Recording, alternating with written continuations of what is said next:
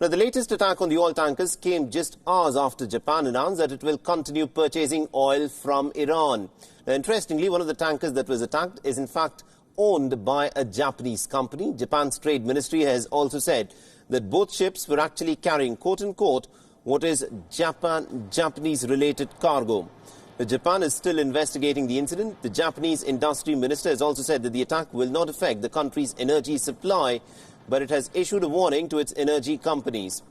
Now, the U.S. Navy's USS Bainbridge, which is in the Gulf of Oman at the time of the incident, has responded to a distress call.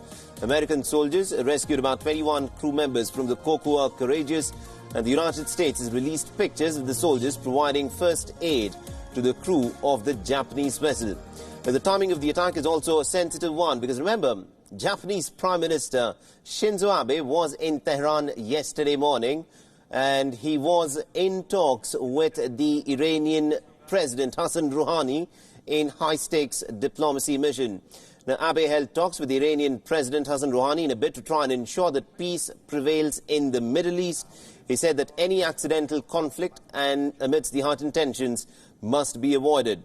The U.S. President Donald Trump, of course, has reacted to Abe's visit on Twitter. He said that he appreciates Abe's meet and efforts with Iran's supreme leader, but he also believes that it is too soon to even think about the United States at this point of time making a deal with Tehran. He also said that both the United States and Iran are still not ready for a deal at this point of time.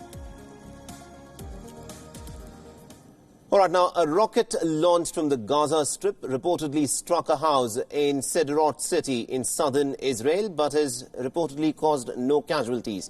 Now, this is the first serious cross-border flare-up since the surge in fighting last month.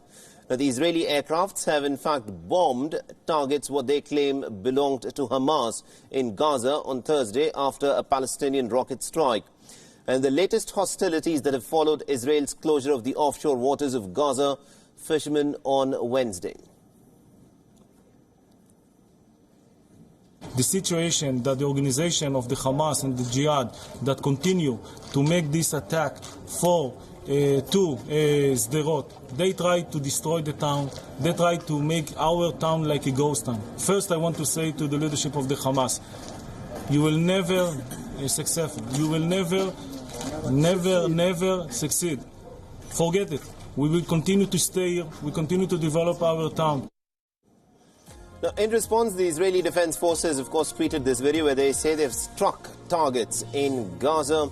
The tweet also says, and I quote here, terror targets civilians, Israel targets terror, unquote. Now, the military has also said in a statement that several terror targets were hit, including a military compound that was used by Hamas's naval force, which Israel claims it has struck.